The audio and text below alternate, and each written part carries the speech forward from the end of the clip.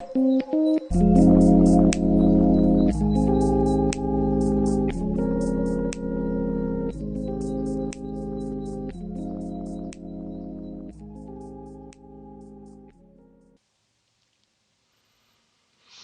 step one. What we generally start with is the pan cog, and we have two parts to it. There's a top cap piece that looks like this, a little hat, and the cog itself, and it's been done in two parts just to make printing easier. So what you need to do first of all is get some super glue, and the top of the face of the cog, put some super glue around, like so. Take any M5 bolt, run it through the centre.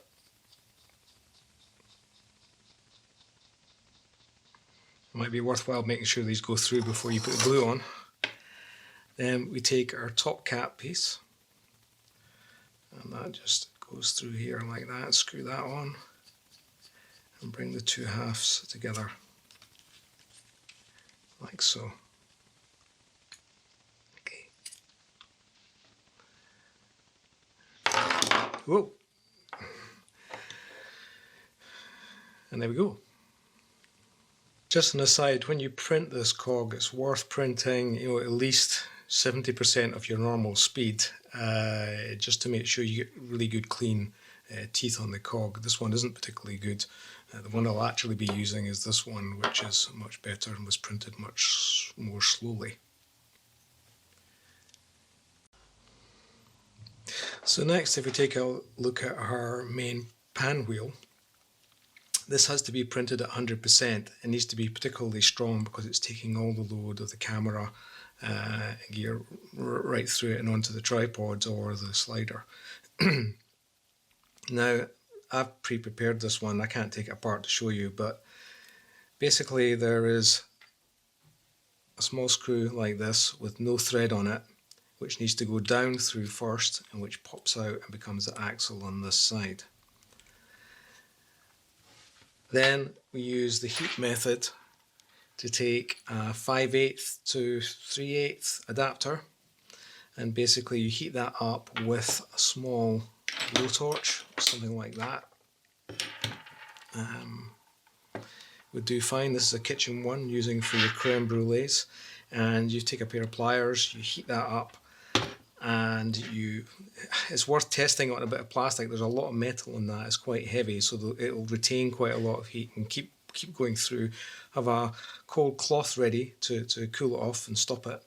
And basically once it's heated, you push it onto there and use a flat blade to press that down. If you ever look at the slider video, you'll see how I do the inserts. It's exactly the same to this, but just be aware that it retains a lot more heat because there's a lot more metal. So you have to be a bit cagier about checking that the temperature is good for going into there, because it won't come out at the end. Okay, so it should look like that. This will be in the kit with no thread on it, and it goes through the middle first. Now, one thing I would point out is that in creating this, you will have had to create supports. If it's printed down like that, there will have to be supports to create this cavity. And if we look up here at the moment, this is our pan wheel, and there are two levels, and these will be filled up with support material. So make sure you dig right down to the bottom so that the small screw here, the head of it, should be completely inside this bottom layer here. Okay, if it's proud of that, if it's coming up higher than that because you haven't dug that out or realised that there's another layer of support in there, then you'll find that when you come to put this part in, it won't go down far enough over the bolt. So with our pan wheel assembled, we take our cog, and the cog, this hat part of the cog here, oh, you can't see that, okay, this section of the cog here that protrudes is going to go into here on the pan wheel. So press the axle through and just press down,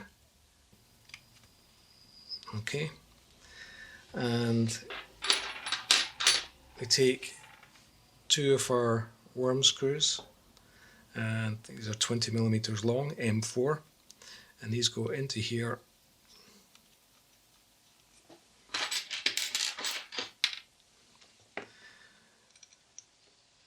and screw up all the way, and just take them through until you feel them bite into the bottom. And they have to be in further than the face of this, because our big bearing is going to come over the top of that. So if we have our two worm screws in, it's now time to look at our bearing. It's a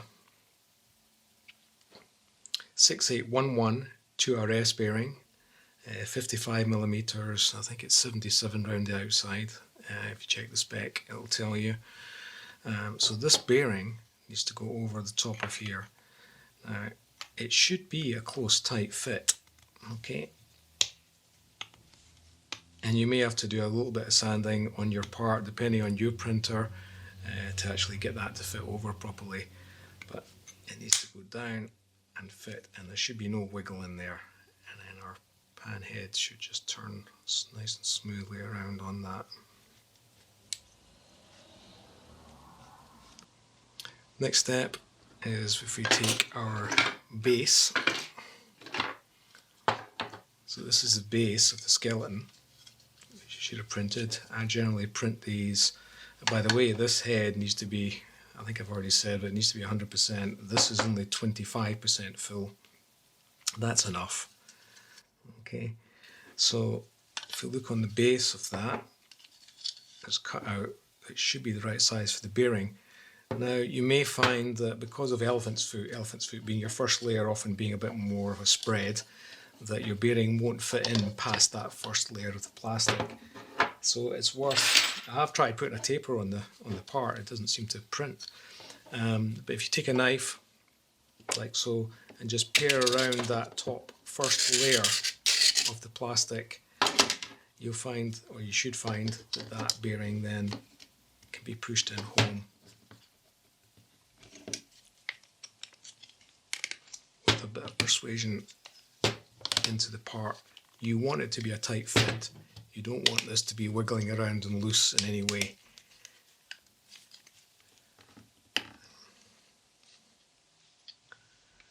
And that's it. We take this tensioner, and the tensioner works in company with, you can see this now, a very small ball bearing, which is a 4x4x10, I think. And what we do is that ball bearing goes into here, and a worm screw just holds it in place. I'm not going to make you watch that, but so you have a worm screw coming through here and out the other side, and just sand off any excess, and that's going to be our tensioner. And the tensioner just drops in here into this slot. Having done that, you take another 20mm M4 worm screw, and there's a hole on the side behind that tensioner, and we can just screw that all the way in.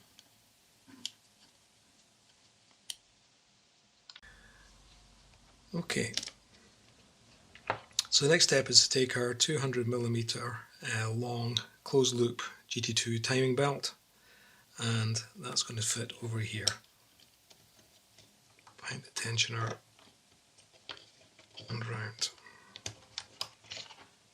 Okay.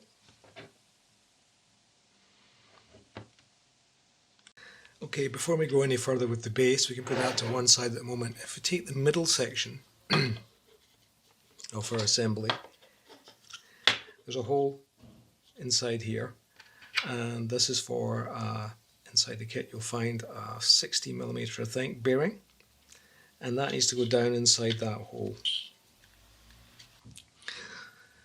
Okay, so with that bearing all the way home, we're now ready to take our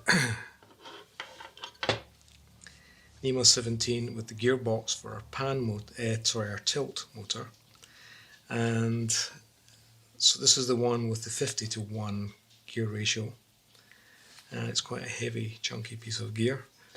So that goes into this box with the cable near this slot at the side. So that goes down like that, and the motor comes in and should push all the way home, okay, until it's neatly in all the way around, and it shouldn't have any wiggle or move. It should be a tight fit. We can't afford anything to be moving on its own with this build. Before we assemble the top to this, if we have a look here, we have this little cover plate, and into it we have our shutter release cable, which comes in the kit. So press that at home, put a little bit of super glue and glue it until it looks like so. And before we put the top on, we take this, and it deliberately doesn't have the plug on the ends. They come separate in the kit just so you can do this. There's a, sorry, so you can see it. Okay, so there's a slot here at the motor end, and those two can go up through here and just pull through. Just leave it loose at the moment. Now we can take our 70mm, NEMA 17 40mm stepper with 16 tooth drive gear and just drop that in there like that. Now we can take our top piece, and that goes over here, and this cable needs to go just behind this front part. Drops down, and make sure that those cables don't get trapped. Okay, and that should fit together like so. Now we can just push these cables all up through the slot in the top piece, and push this one up as well.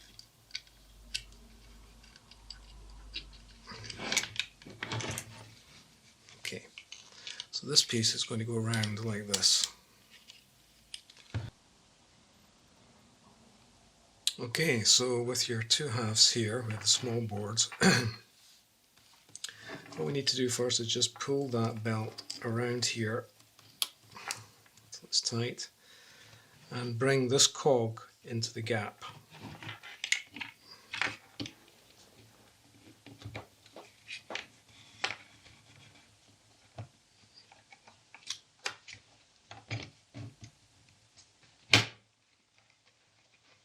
Okay.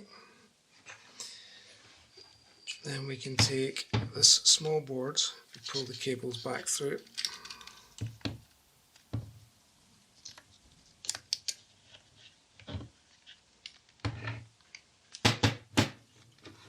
and that goes into the slot. Just take it apart slightly and let that go into that slot.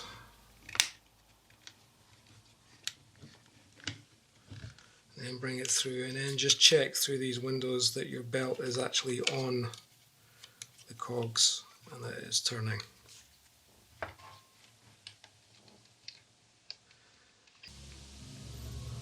Okay, in the kit you'll find 3 of these long M5 bolts, and it's now time to bolt the whole thing together in here. If we turn it upside down, you can see that we've got 3 holes in the bottom, 1, 2 and 3. These bolts go through these holes,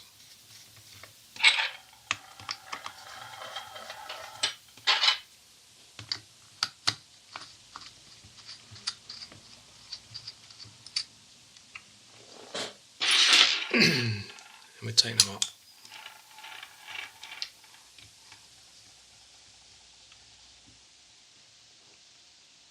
Okay, setting our motor block aside for a moment, if we take a look here at the control panel. Now the control panel has space at the top for our small analog joystick, 2 holes further down for our mount and dismount leads, and a square hole at the bottom for our power switch. So turning it over, all we need to do is take our analog joystick. That should fit easily into there and push down. and there are 4 holes here which line up the holes in the plastic, and we just screw that in place.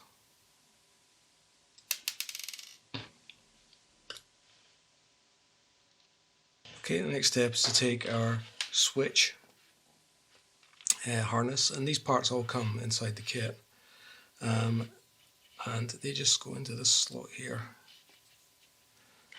and down, and they should easily just fit into there.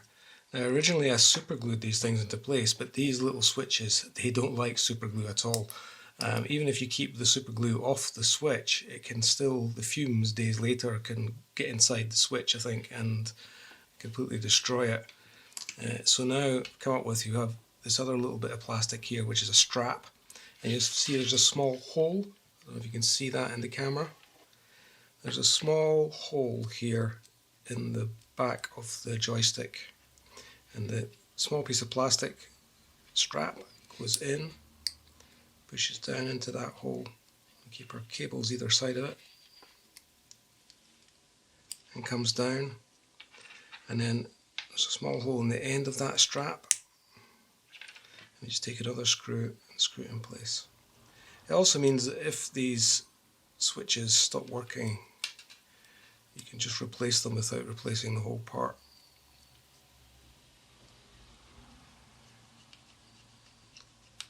And the whole thing's a much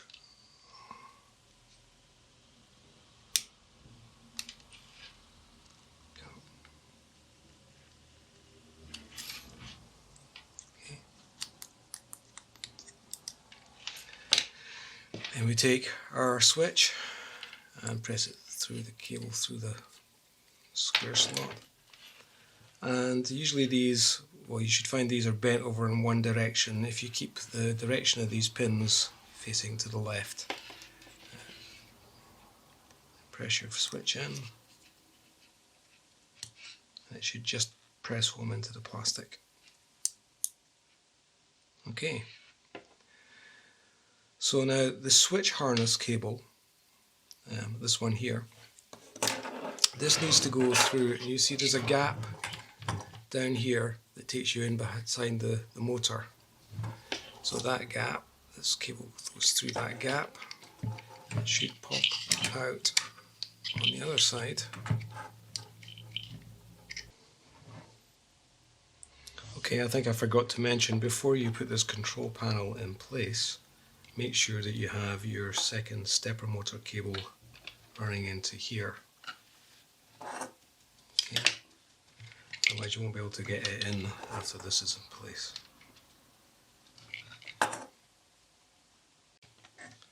Yeah, so we can see our switch comes through this hole here behind the stepper and up through this slot in the top and just comes up like that. So now there's a small slot as well in the base that accepts the bottom of the control panel, and so you put the control panel into that slot, tidy up these wires a little bit, and then there's a small tab here that goes into the hole in the side of the top piece, and that comes in. And then just to hold that in place, take another one of the small black screws,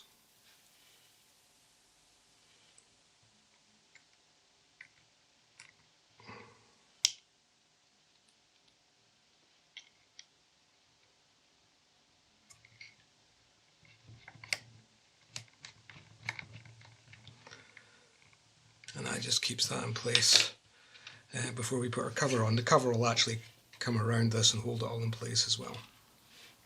Okay, forget that at the moment. So the next step is to put our battery bay on the side. So got the battery bay here. It works the same way as it did on the slider, slightly different shape, but essentially the same. It has the Digital Bird, let's take that out of there, prongs for the Sony NP style batteries. Okay, so that again, that comes in the kit. Small slot on the back here, that just goes in there and should just drop down. And the cables you can just run inside that second slot behind that. Okay. Now you'll notice there's a small screw hole here, and that's for fixing that temporarily, at least just keeping it in place against the motor block. There are 4 small tabs to be glued in here to help hold the battery. So there's another slot here along the base, and there's a slot here in the battery bay, and the two should marry together. Get that cable out of the way.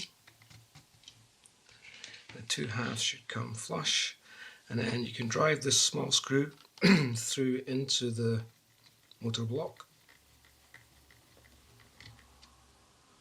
And that just holds that in place as well. Make sure this cable is not trapped. And this cable as well then runs between the motor block and the control panel, not trapped.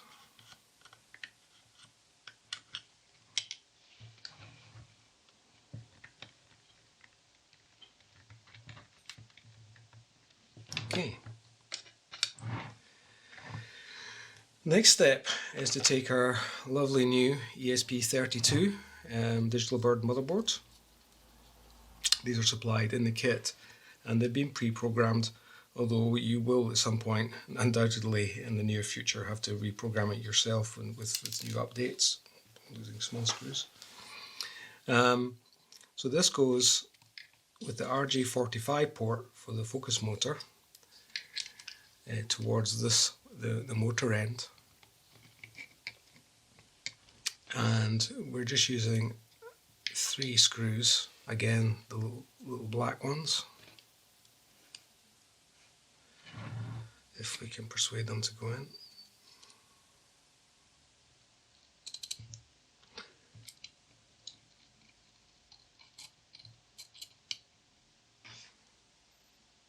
Okay, so with all of that in place, we can start plugging things into the board.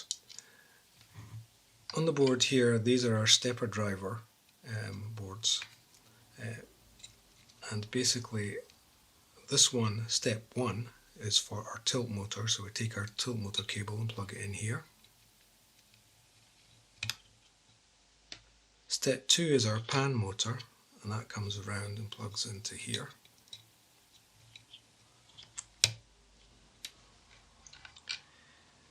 This motor here is from our switches, and they have to go into this one here, and you may have to remove the board to get them in, but it is possible to do it without doing that if you just angle it in.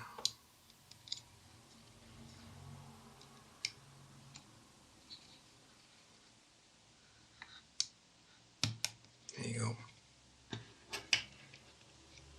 Just push that cable down. Then we take our power cable, and these will be color coded on your board. I ran out of colors to do this one, but you have your battery. Color 1 goes to the battery cable, positive. Your switch harness cable, which goes into this one marked switch, that's black. And if we sort these cables out, your camera shutter release cable comes around and should go into this one, into the blue slot on this side. Okay, we have of course our button for our analog joystick, which can just press on here, and we're just about good for a test. All I need to find is a battery.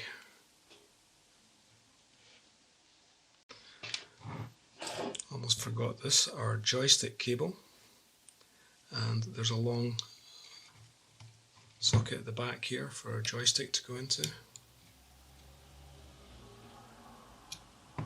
I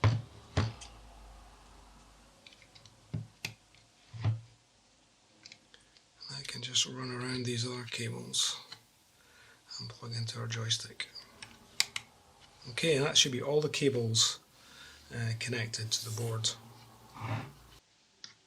So now we can power on, and you should see the small red light appear on here. and we can test the system, and it's better to test it now before the cover goes on, and you can make sure that every wire is connected in the proper place and that none of these small JST pins have sprung out when you press the plug home. Is a common error. So we just test the joystick now. If we move it to the left, our motor should run to the left, to the right. You should see our tilt motor.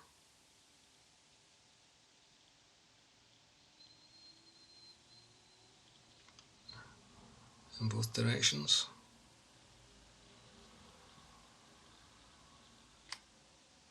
And if we use our buttons, you should see our dismount in one direction and our mount in the other direction.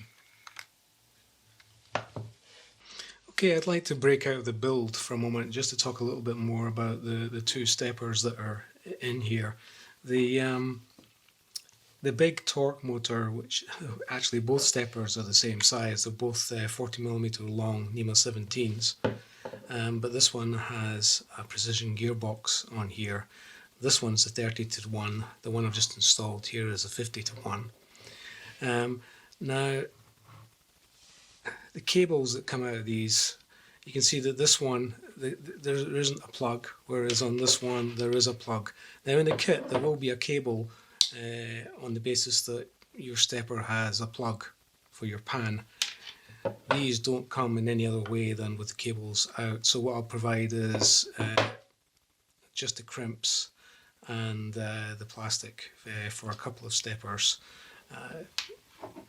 in case both your steppers just come with wires, because they don't have an end on them, they just come with bare wires. These can be purchased from Steppers online. They're about $60, I believe. This one is, under $10. They're 10 a penny. They're all over the 3D printer world. Yeah, and if you have to put the plugs on yourself, if we just have a look at the color diagram here, if it's a Steppers online stepper with the precision gearbox, you have green, black, blue, red. Okay, so that's the order. If you get them wrong, one of two things can happen. The motors will just judder and not move properly in any direction. If you get them reversed or the wrong way around, you might find that your motor runs in the wrong direction. Nothing particularly terrible happens if you get them the wrong way around, so don't panic about that. But the correct way, using, certainly with this NEMA 17, is it's green, black, blue, red from left to right. The cable for this kind will already become with the correct wiring direction. So if you have a plug-in type for your other NEMA 17 like this one, then you won't have to worry about the color codes. It's just a straight plug-in.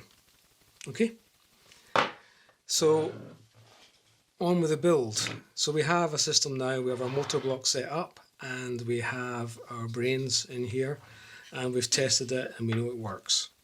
So the next step, put that aside for the moment, is to take a look at our cover. Now, there's not much to do to the cover. Be careful of this arm here.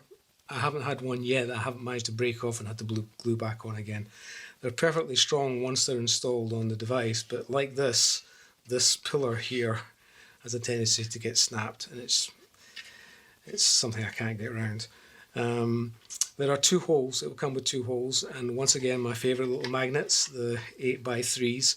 You need two of them, and they just super glue into the hole and then drop the neodymium magnets in. Now, the direction, the north and south direction, needs to match your Digital Bird Wi-Fi controller, because that's what it's for. So, for example, okay, so here's my Digital Bird Wi-Fi controller, and it has two magnets on the back also. And the idea is this, that we can simply mount it on here like that.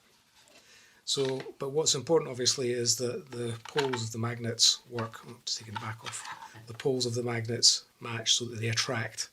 So it's important when you put these magnets in that they attract your controller. So whichever you build first, your controller or your PanTilt head, you have to follow the rule that you followed for the first one. So we have our cover here. This is where the carbon, I use Sunlu carbon PLA filament, and it just gives a nice matte finish and it kind of fades back the lines of the 3D printing. It just does a really nice job, I think. It just simply slides over. Make sure you don't get any cables trapped. And it should go over the top of those side pieces on the controller.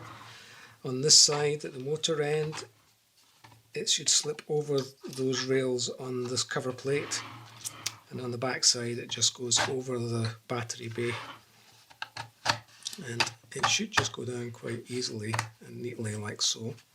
There's a little tab that has to go into a slot here, and another one right on the corner just to protect and hold that corner, and you might have to press it together a bit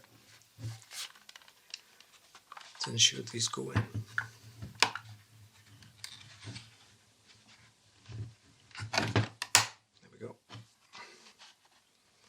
Now, the astute of you will notice that I have more of a gap on this side of my control panel than on this side. That's something I've fixed. It's a fault in the design of this. It needed to go a millimetre. The hole needed to go a millimetre further to the right, and I've fixed that on the design before it becomes public. Okay, moving on. The next step is to install this bearing seat onto the end of the motor. Now the bearing seat has, you'll see a small window here, and that goes to the bottom. It's not actually used for anything anymore, but that's where it goes, and that just goes over the end of our seat. And if you turn it, the holes should line up, and we have 4 of these little round 10mm long M4 bolts, and these go into one each of these holes, and we just simply secure those in place.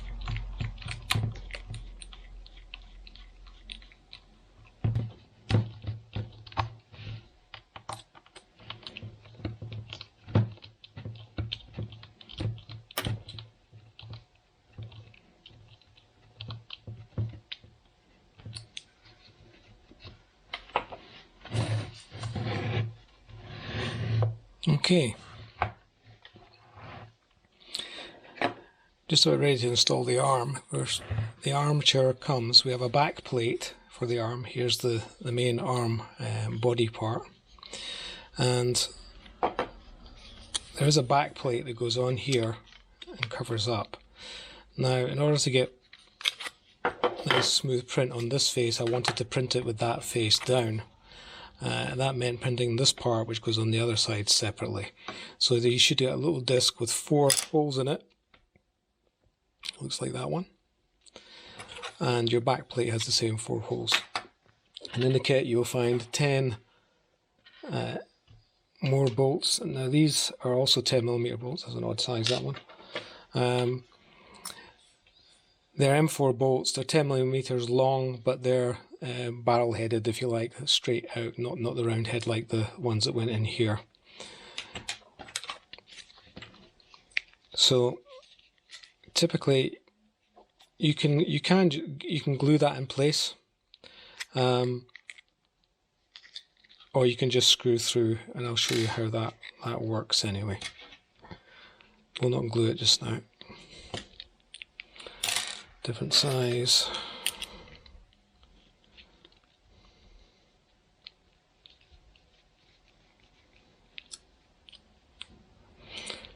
Okay, so you can see I've not put them all the way through, I've just left them level, left them out there. This here we need to check should fit in here and just snap closed. Okay, so you should look like that. That's how your head should start off. Next we need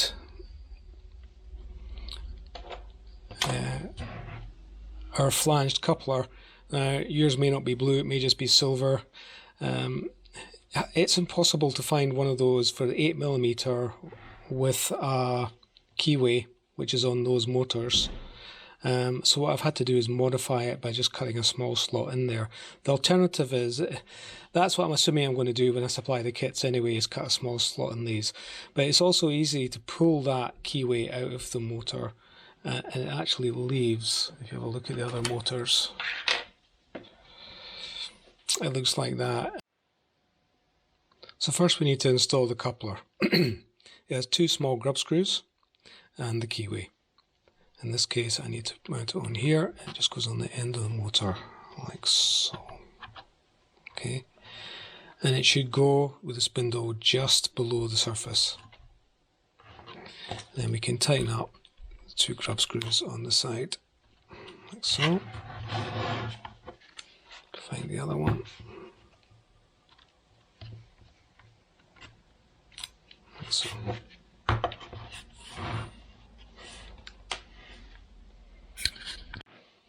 So next from the kit you find your MR136 bearing. It's a 45 degree, this is actually a cycle headset bearing. It has a 45 degree chamfer on there and on the inside of the bearing here. And this needs to sit with the flat face, not that side, this side, with the black washer showing. That needs to sit into the tilt arm like so. And it will be a tight fit. In fact, one trick is to just pair a little bit around here. Just take the edge off, which may be just the edge that's stopping the bearing from going home, and just pair off with a knife around that edge. Just give the bearing a chance to get into the hole. Take our bearing.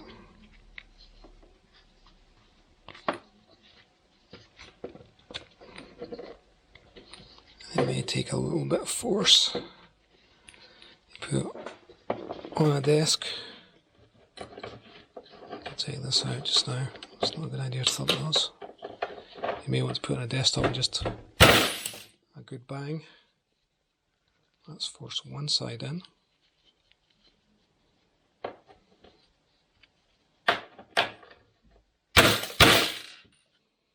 Pushing the other side in like so. Okay, took a bit more force than I had thought, but we did get it in there nice and comfortably, and the centre is still spinning nicely. So what happens next is that the arm comes in, and the inside 45 degrees, you see there's a bevel on the bearing seat, and the bearing can move around on that seat. And if we turn it on its head like that, you can see there's a gap. That gap is filled by these. So if we put this back in here now, and you see there are a number of holes in this plate. These holes have been made by me and tapped. The original holes were just too far out and they weren't tapped. You had to use nuts, I guess, behind that to make that system work. So I've tapped these out for the M4 bolts that we're going to put in there, which are already on here. So put that in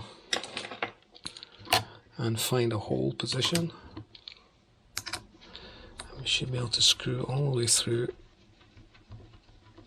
And we'll do slowly going around until we find the seat.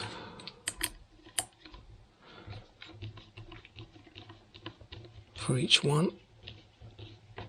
So with all four of those firmly screwed home, we're ready to install our camera plate. The camera plate has a small brass insert, one of these, and if you want to see how, you just basically heat these up on the end of a screw, put them in, press them down, cool it off. If you check out the slider build video, I show in depth how you actually do one of these, but I'm using one of these little blow torches that they use for creme brulees and such in a kitchen. So this one's already has it in place.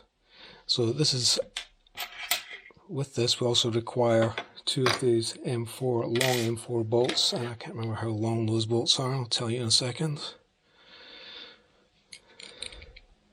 Yeah, about 45 millimeters long, come with the kit. So this plate goes in here into this top of the arm, and it should go in quite neatly.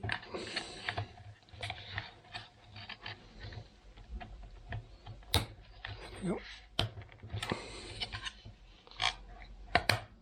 Okay, and then we take our M4 bolts, and these go through the holes here, which are a bit blocked with material, and these screw in.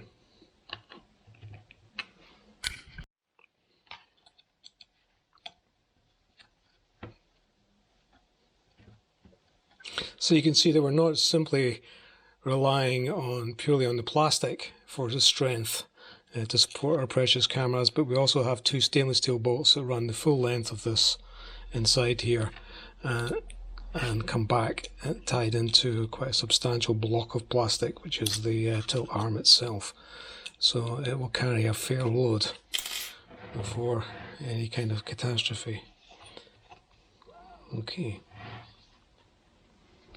Now, the camera mount itself, I'm using Sunway Photo DDC37. What you're looking for is quite a small Swiss plate connector, quick release connector. It doesn't have to be this one, but ideally you're looking for something that's quite small in the plate. And what we need for that then is an M5 bolt, which I'll need to find. Okay, back again with a M5 10mm low profile bolt, and that just drops into here, and we can just screw that into place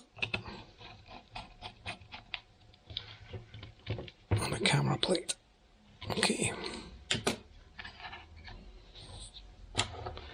And that is just about all there is to it, except to say that underneath you will notice that we have a funny hole here and another funny hole on the bottom. And the idea with that is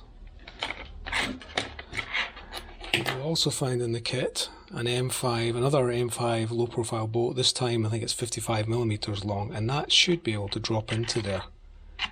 And you want that to drop into there nice and freely, and not have to pull it out like that. So have a work at the head of that and just make sure that that head makes that go in and out freely. And we're going to take yet another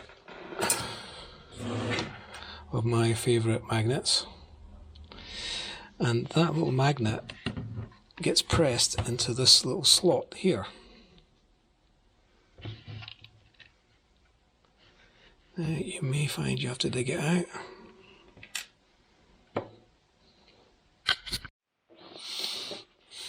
Okay, I had to trim that out a little bit, and then you can just tap that home.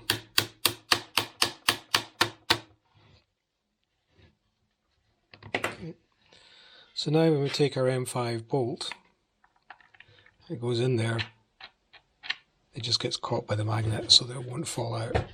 And the purpose of this little bolt is simply to give you something that when you have this locked on the tripod or on the slider, you can tighten it up finally by putting the bolt into there and just tighten up that little inch at the end, and then put the bolt away in there for safekeeping. Job done.